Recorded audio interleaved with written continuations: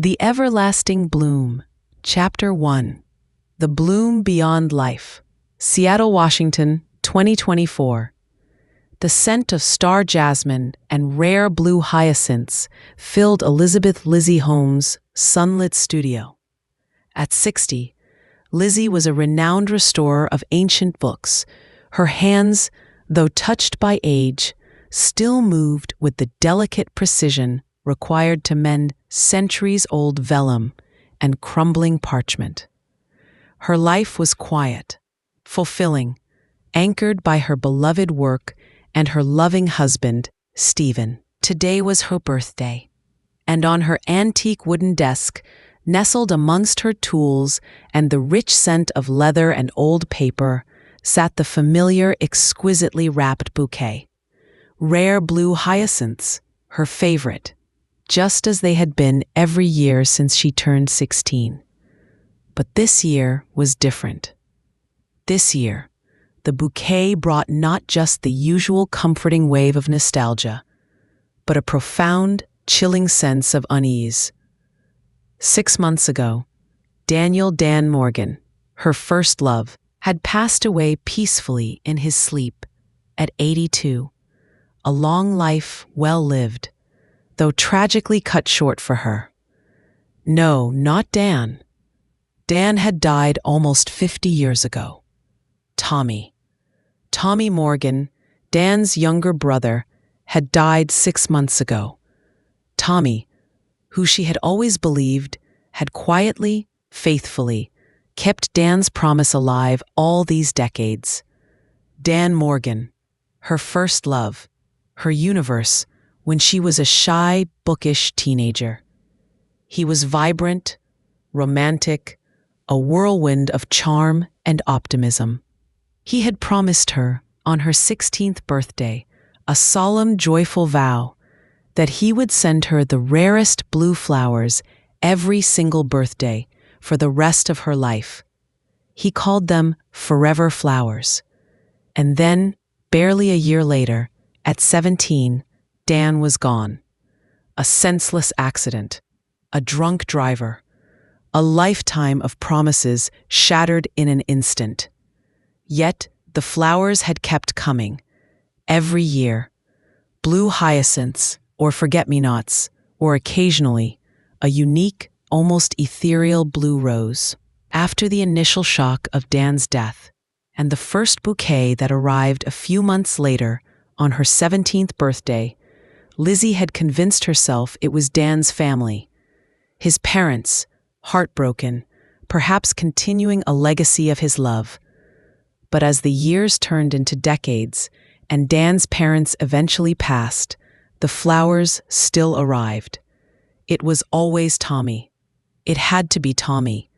Tommy, Dan's little brother, who had been just 12 when Dan died.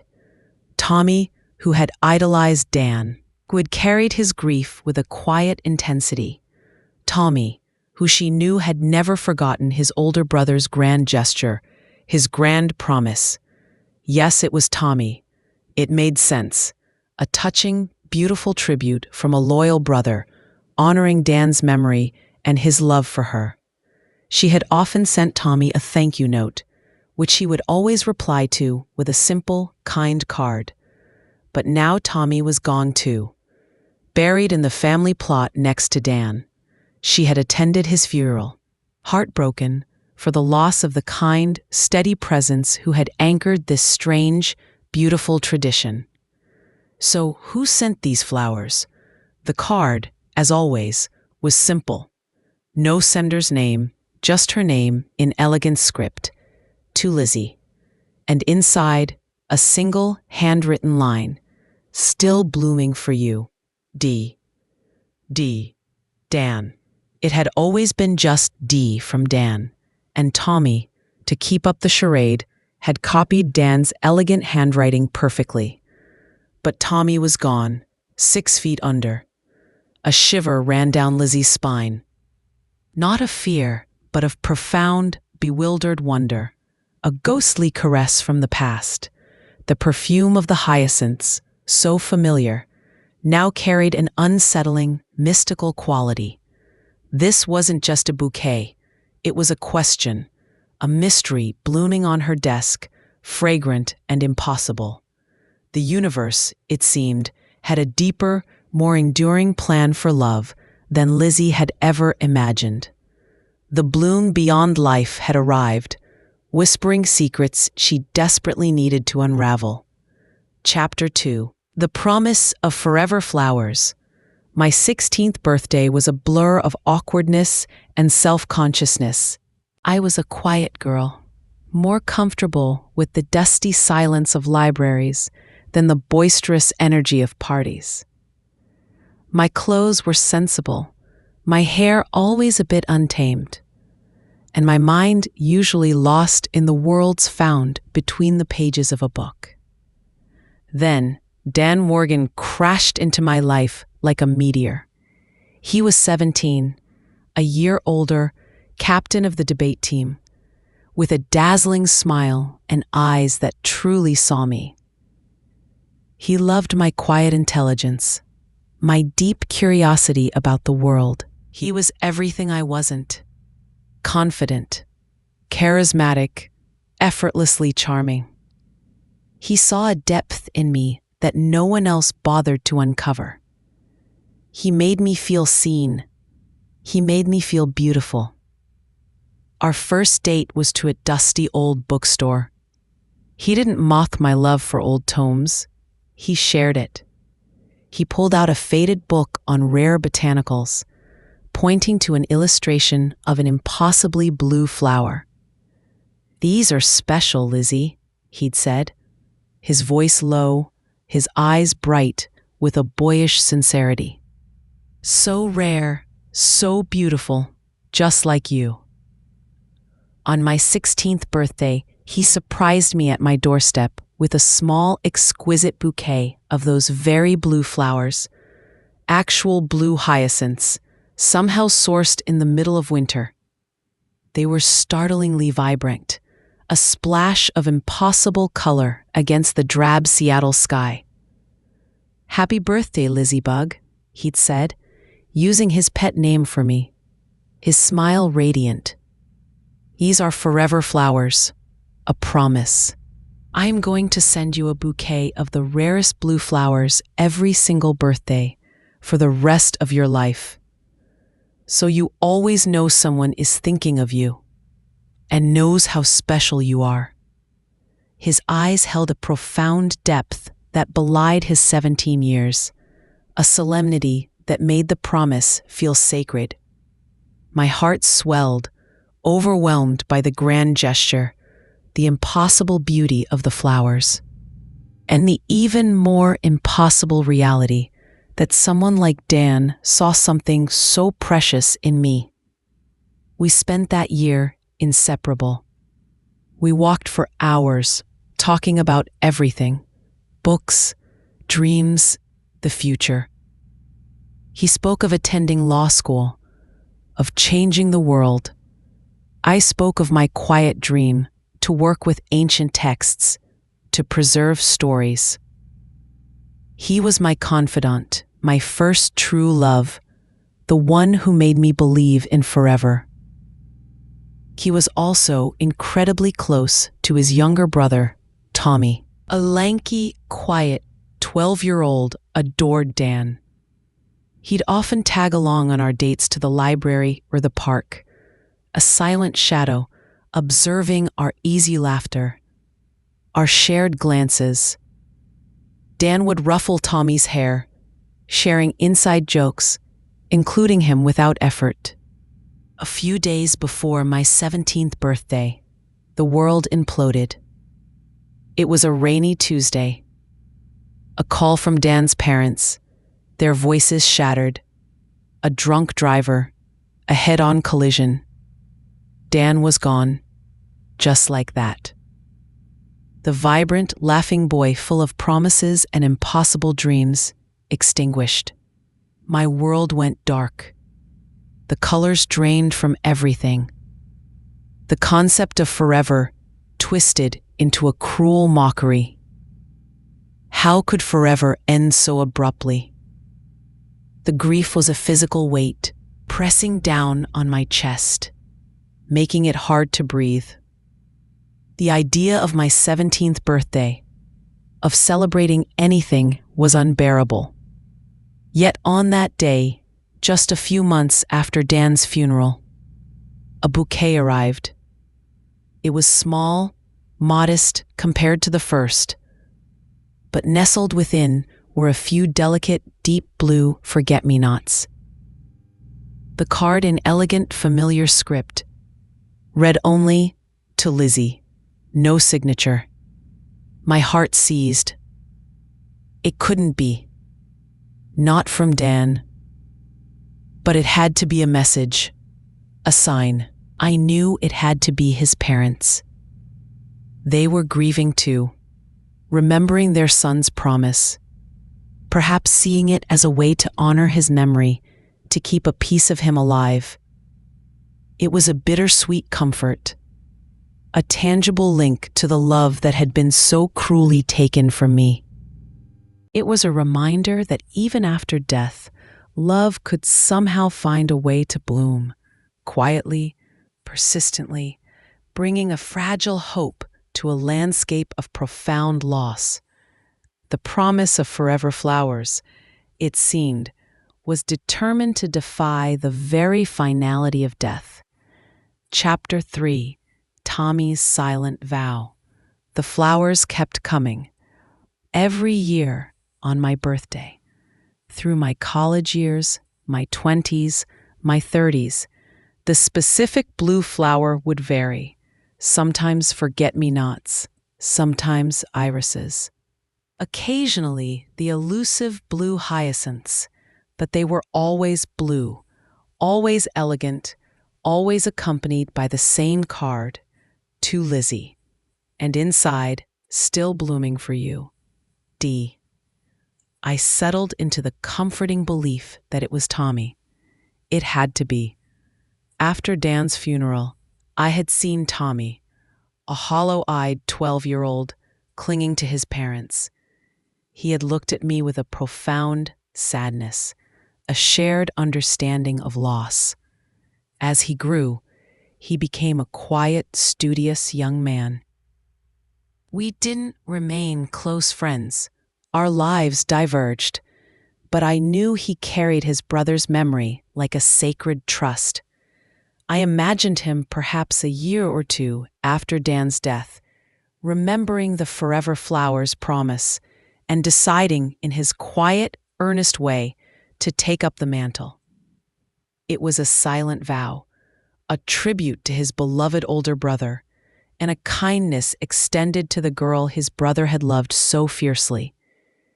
It made perfect sense. Tommy was loyal, thoughtful, and carried Dan's generous spirit. The flowers from Tommy were a beautiful, enduring reminder of Dan's love, a gentle connection to a past that, though painful, was also filled with precious memories. My own life, in the years after Dan, gradually rebuilt itself. The grief never truly disappeared.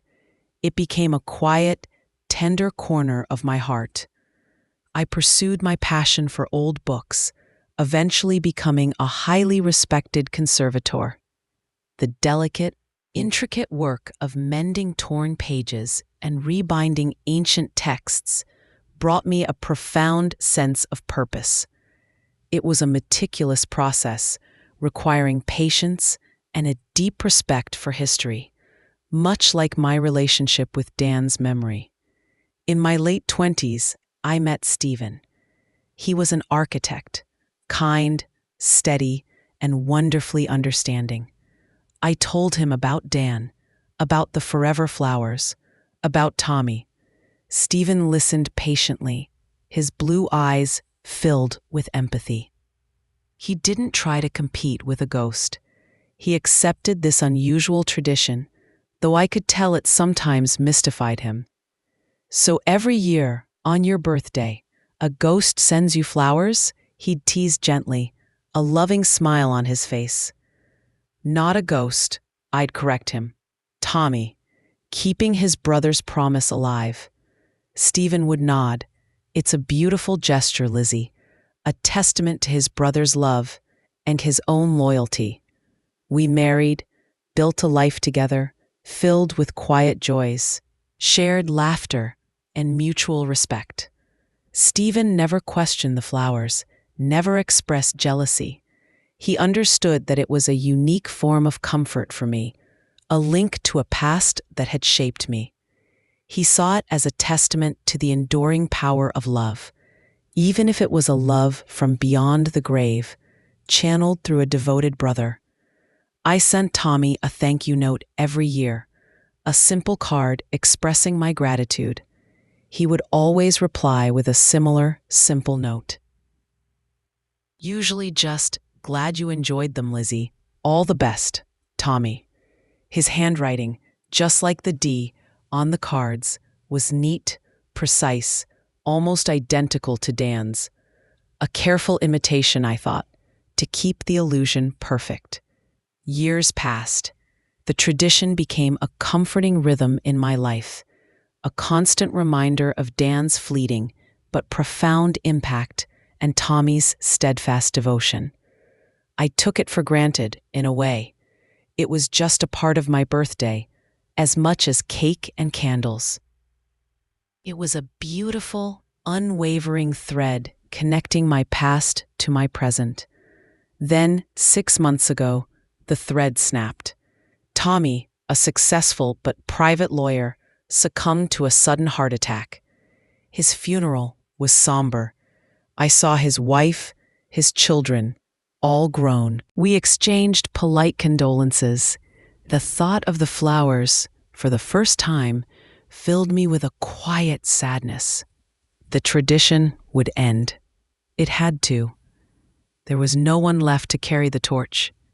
Tommy, the last link to Dan's immediate family, was gone.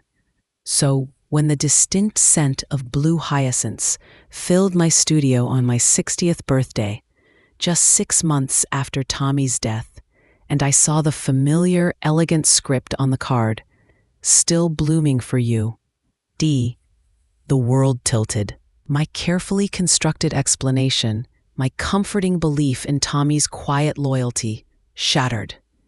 If Tommy was gone, if Dan was gone, then who? Who was sending the flowers? The bloom, once a symbol of solace, was now a harbinger of a mystery deeper and more profound than any I had encountered in the pages of my ancient books.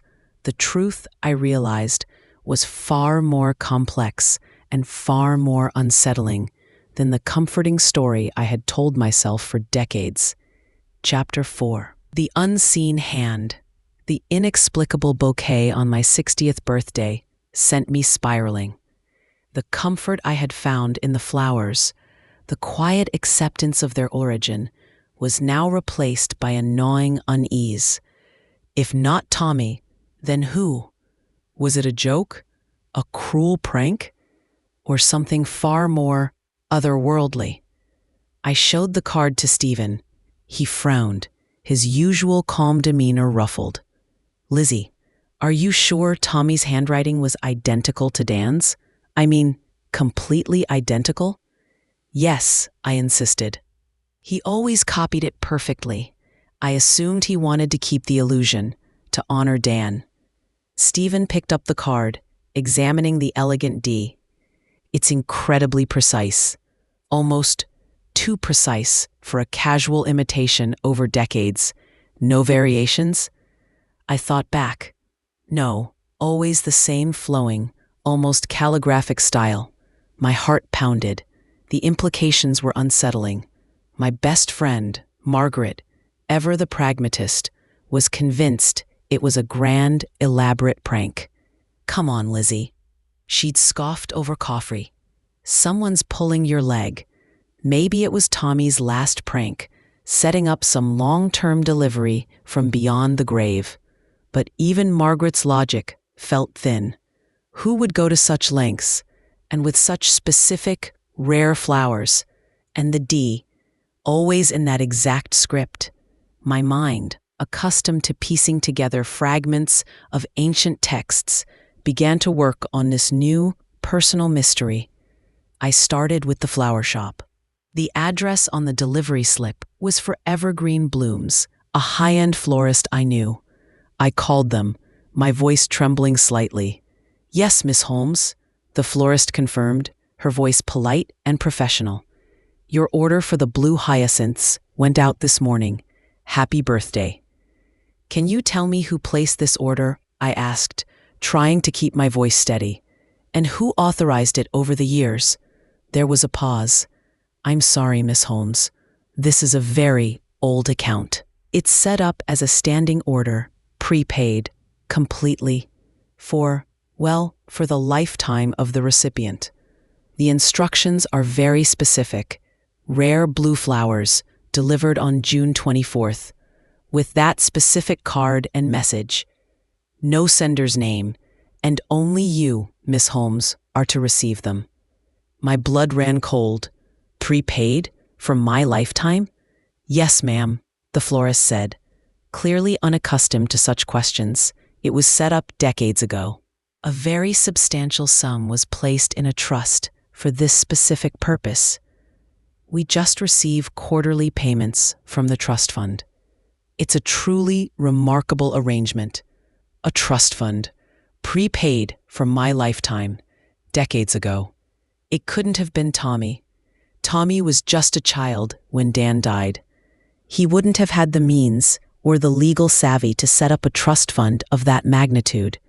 He had merely continued the tradition, I now realized, picking up the baton from something far older, far more profound. The pieces began to fall into place, chillingly, breathtakingly. There was only one person who could have done this. One person with the foresight, the romantic intensity, the grand vision, even as a teenager. Dan Morgan. He had promised forever flowers, and he had meant it. He had somehow, in the precious year between promising them and his untimely death, found a way to ensure that promise would literally extend beyond his lifetime. The thought was both incredibly beautiful and overwhelmingly heartbreaking. A love so vast it defied death, so planned it bypassed the very finality of existence. I remembered his grand, romantic spirit, his talk of changing the world, his almost prophetic words. "I'm going to send you a bouquet of the rarest blue flowers every single birthday for the rest of your life." He hadn't just said it, he had put it into motion. Who had he worked with? A lawyer, certainly. Someone to set up the trust. That would explain the precise, unvarying handwriting on the cards. It wasn't Tommy trying to imitate Dan. It was an instruction to the florist to use a specific font or calligraphy to maintain the original look. The realization hit me with the force of a physical blow.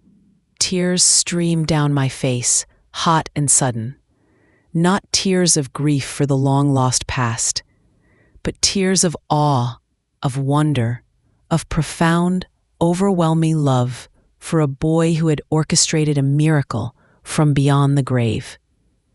Stephen found me in the studio, the phone still in my hand, tears falling onto the blue hyacinths. "Lizzie, what is it?" "It was Dan, Stephen," I choked out, holding up the card. "It was always Dan. He set it up. A trust fund. For my lifetime.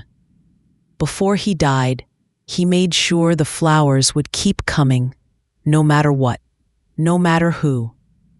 Stephen looked at the flowers, then at me, his eyes wide with understanding. "My God," he whispered. That's incredible, Lizzie." The unseen hand wasn't a ghost.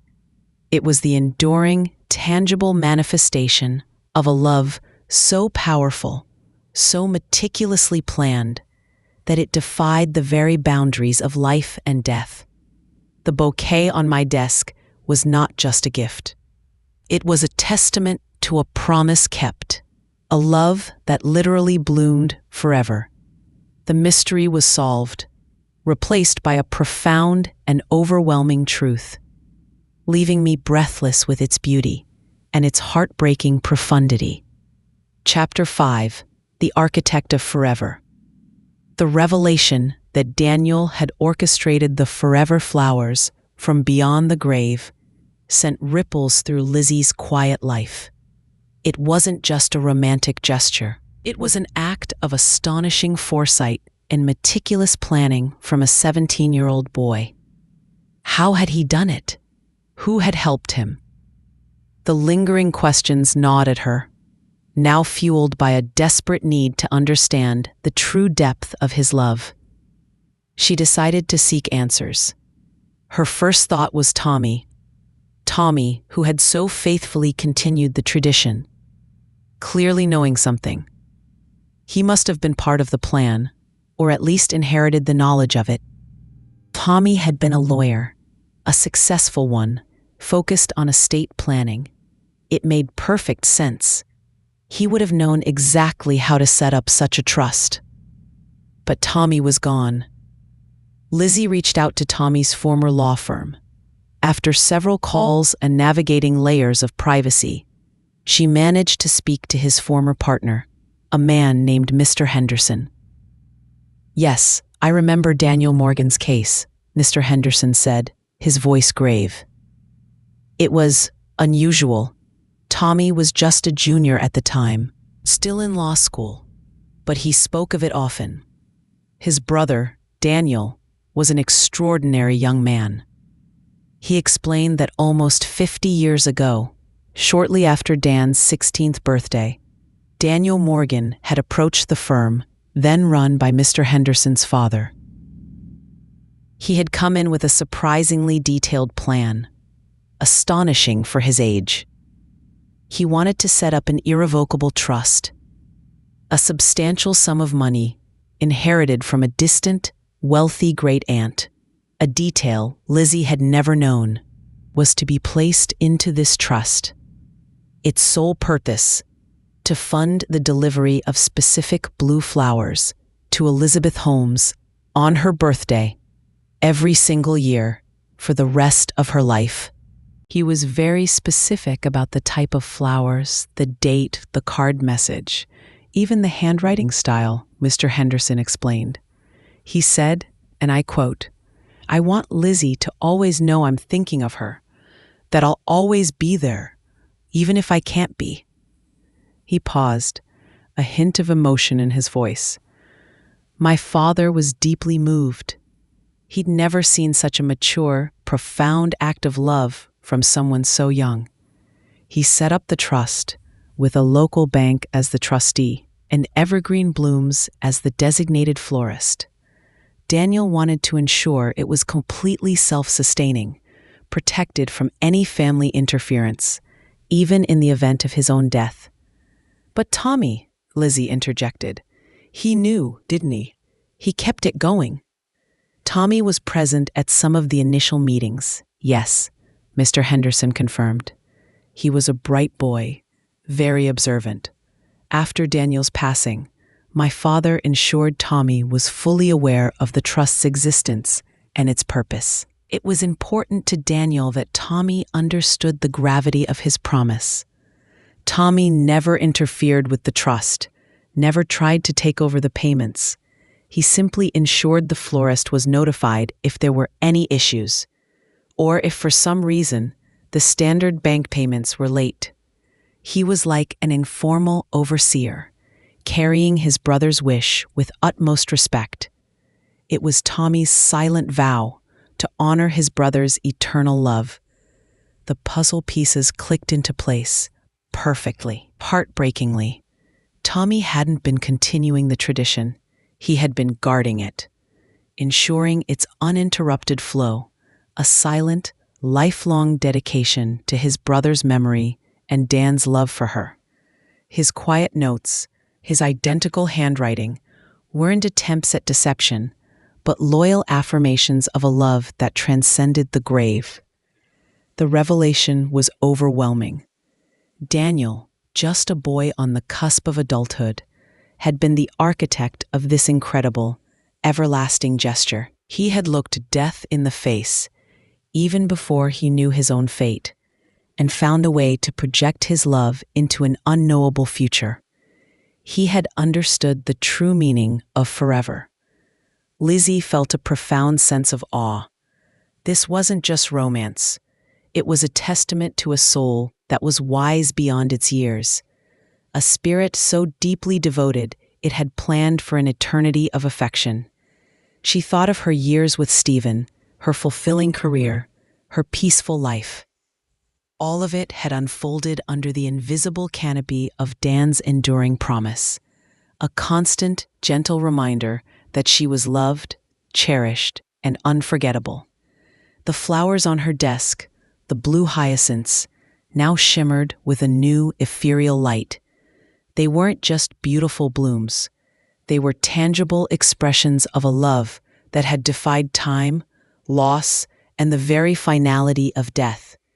Daniel's promise, made by a passionate boy, was fulfilled by a love that had become immortal. The architect of forever had truly built a love that bloomed eternally. Chapter 6: The Unwritten Letter. Armed with the full truth, Lizzie felt a profound shift within her. The mystery was gone, replaced by a deep, almost spiritual understanding. The flowers were not a strange phenomenon, but a tangible manifestation of a love so strong it had engineered its own immortality. She decided to visit Dan and Tommy's grave. It was a serene plot in a quiet Seattle cemetery, overlooking Puget Sound. The headstones were simple, side by side. Daniel Morgan, 1961 to 1978. Thomas Morgan, 1966 to 2024. Lizzie knelt, a small bouquet of her own, simple blue forget-me-nots in her hand. She placed them carefully on Dan's grave, then on Tommy's. "Thank you, Dan," she whispered, her voice thick with emotion. "You truly kept your promise, more than I ever knew." She turned to Tommy's grave. "And thank you, Tommy, for guarding his promise, for your quiet loyalty. You were a good brother and a good friend." The wind rustled through the old fir trees, a gentle whisper that seemed to carry their presence. It wasn't sad. It was peaceful, a sense of closure, yet also an opening to a new appreciation of the love that had shaped her life. Stephen, ever her rock, understood this profound shift. He watched her now with a deeper reverence, recognizing the unique, almost sacred bond that tied her to her past. He didn't feel diminished by Dan's enduring presence. Rather, he felt a part of a larger story of love, touched by its extraordinary nature. Lizzie continued her work as a book restorer, but now with a renewed sense of purpose.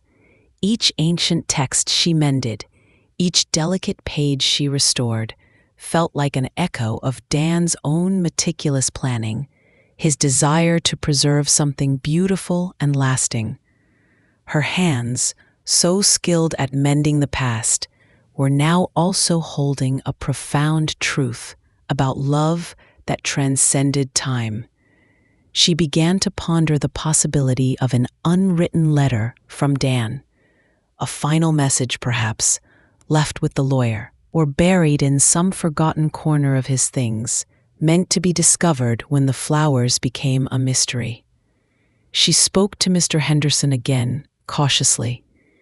"Do you recall if Daniel left any kind of personal message? A letter, perhaps, to be delivered to me in the future, if the source of the flowers ever became unclear?" Mr. Henderson paused, stroking his chin.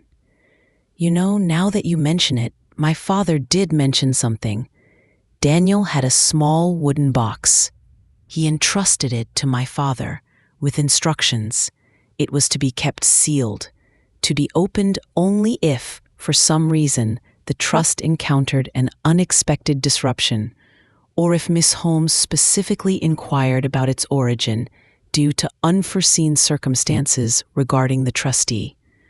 My father passed it on to me. I haven't thought about it in years.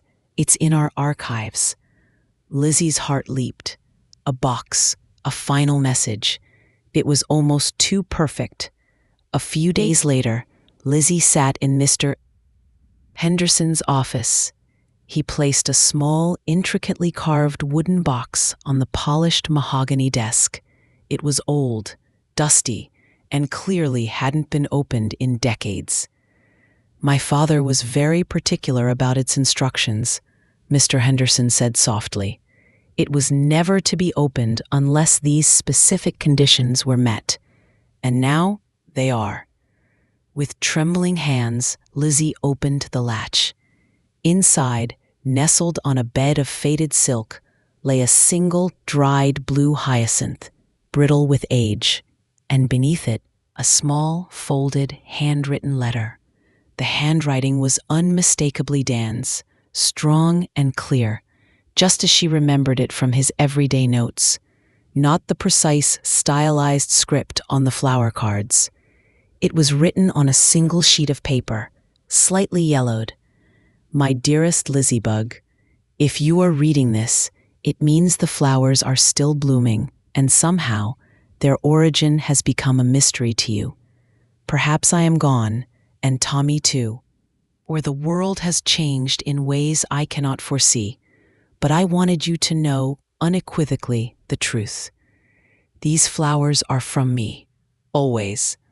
I set up a trust, a special fund, to ensure they would come to you every year on your birthday for your entire life. I wanted a piece of my love, my promise, to reach you no matter what the future held. I wanted you to always feel cherished, always remembered, always loved, even when I am just a memory. Life is unpredictable, Lizzie, and love, true love, should be boundless. It should defy limits, even the limit of time.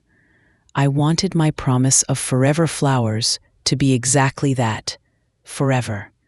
A constant blue bloom in your life, a whisper of my presence, a reminder of the boy who loved you fiercely and who found in you a love worth making immortal. Do not grieve for me again, my Lizzie. Live fully, love deeply, and know that a part of me, a part of my promise, will always be there, blooming for you on your special day. All my love, eternally, Dan.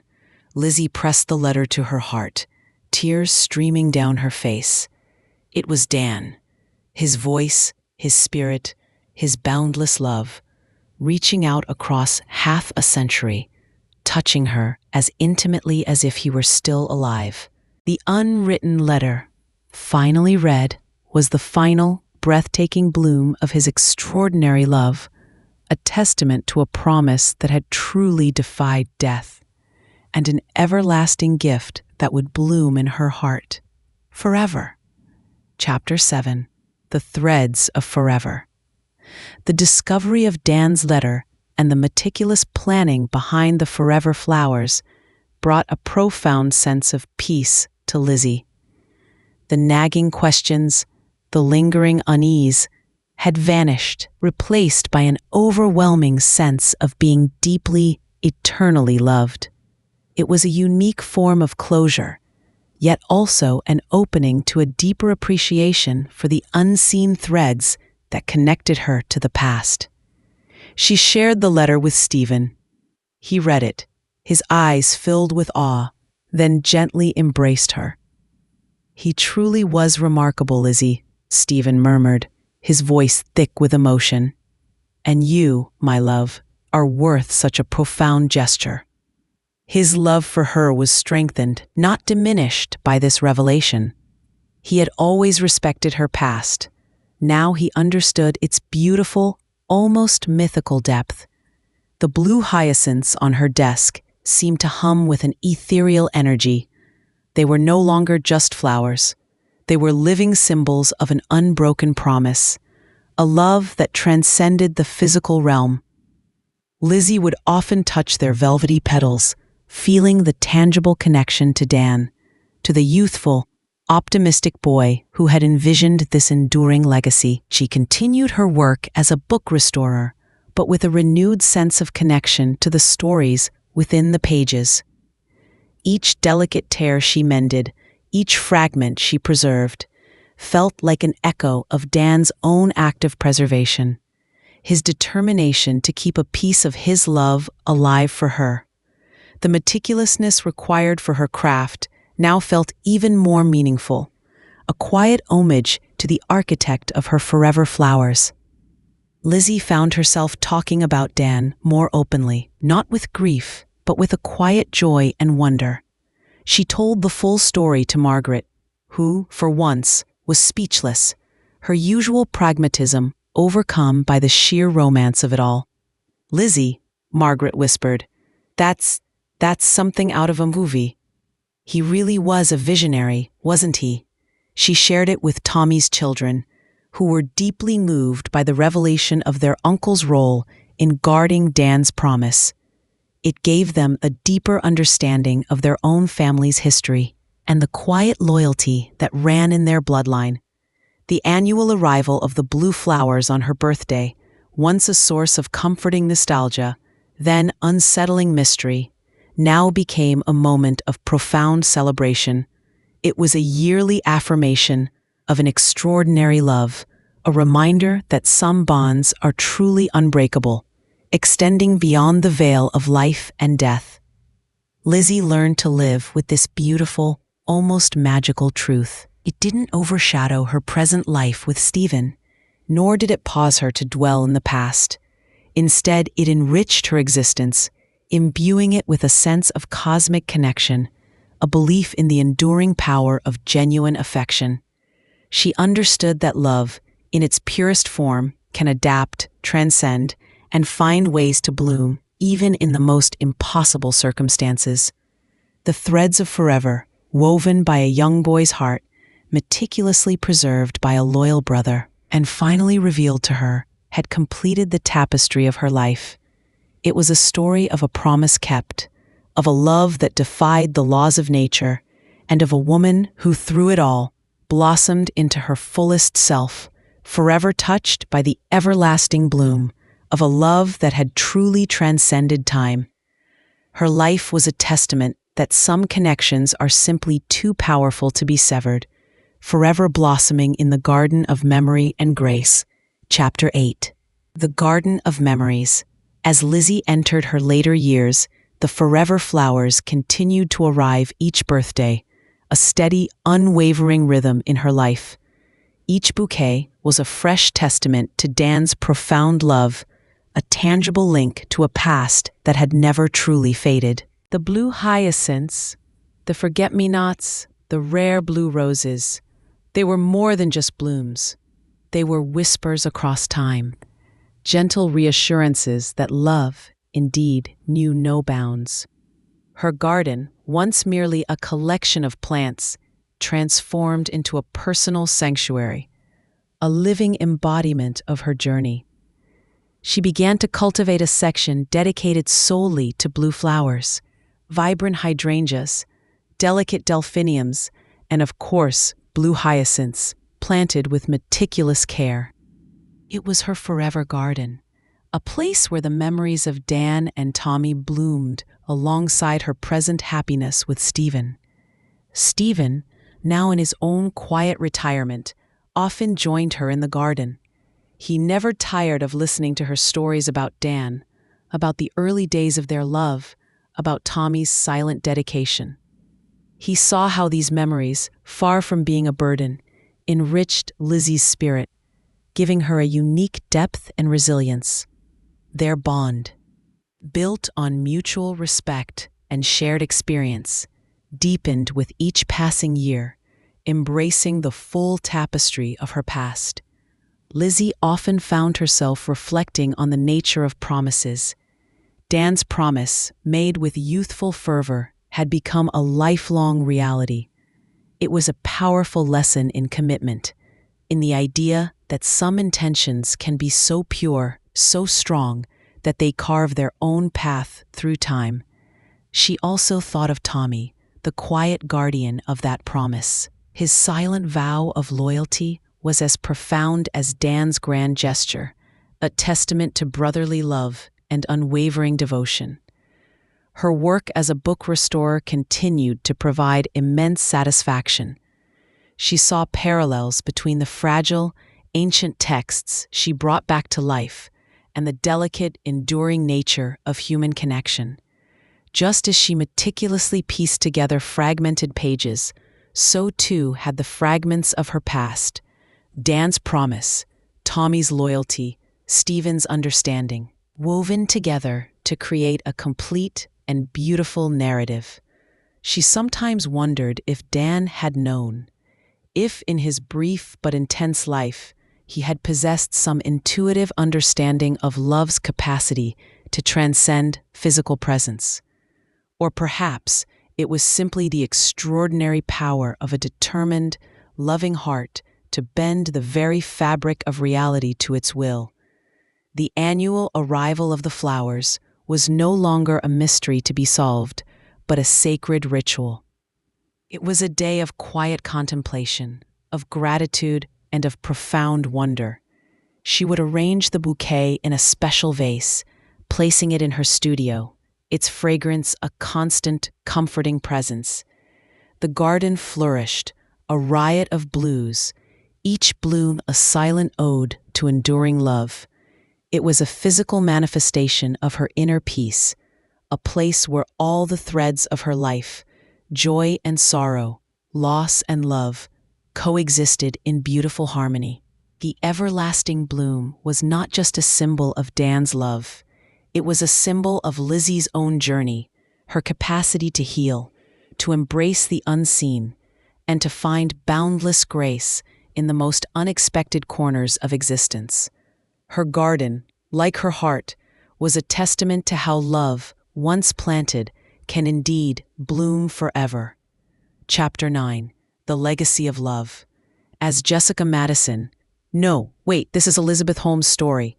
Elizabeth Holmes entered her advanced years, the forever flowers continued to arrive on her birthday, a steadfast beacon of an enduring love. Each year, the rare blue blooms became more than just a gift. They were a quiet conversation across time, a profound affirmation of a bond that transcended the physical realm. Her life, rich and full, was a testament to resilience, passion, and the extraordinary power of the human heart. She had built a successful career, found a loving partnership with Stephen, and fostered deep, meaningful relationships with friends and family. And all of it had unfolded under the gentle, unwavering gaze of Dan's eternal promise. The story of the forever flowers eventually became a cherished family legend passed down to her grandchildren. They would listen, wide-eyed, to the tale of their grandmother and the young man who had loved her so fiercely that he found a way to send her flowers even after his death. It was a modern fairy tale, a testament to a love that defied all logic, inspiring them with its depth and magic. Lizzie, with Stephen by her side, often visited the cemetery, not with sorrow, but with a quiet sense of peace. She would sit by Dan and Tommy's graves, sharing updates about her life, about their families, about the world. It felt like a continuation of a conversation that had never truly ended. The boundary between life and death seemed permeable, softened by the enduring power of connection. She thought about the nature of legacy. Dan's legacy wasn't just the trust fund or the flowers. It was the ripple effect of his love, the strength it had given her in her youth, the comfort it had provided through her life, the inspiration it now offered to future generations. Tommy's legacy was his quiet, unwavering loyalty, the unseen hand that had guarded that promise for decades, a testament to brotherly love. And her own legacy, she realized, was in embracing this extraordinary love, in allowing it to shape her, and in sharing its profound message with others. The blue garden she cultivated thrived, a vibrant symphony of blossoms that mirrored the enduring beauty of the promise. It was a place of reflection, of gratitude, of quiet joy. Every bloom, every scent, every shade of blue was a reminder that love in its purest form is indeed eternal. The mystery of the flowers had led her not to fear, but to a deeper understanding of life, love, and loss. It taught her that some connections are simply too profound to be severed by physical death. They find a way to persist, to communicate, to bloom, long after the hands that nurtured them are gone. On her final birthday, the blue hyacinths arrived as always, their fragrance filling her room. She smiled, a profound, serene smile, touching their soft petals. She knew, she had always known in her heart, that this love was meant to last. The everlasting bloom was a testament to a promise that defied time, a love that transcended death, and a life lived beautifully, profoundly, and eternally cherished. Her story was a quiet epic of the heart, a testament to the fact that some loves truly never die, but find a way to bloom forever and ever across the horizon of grace.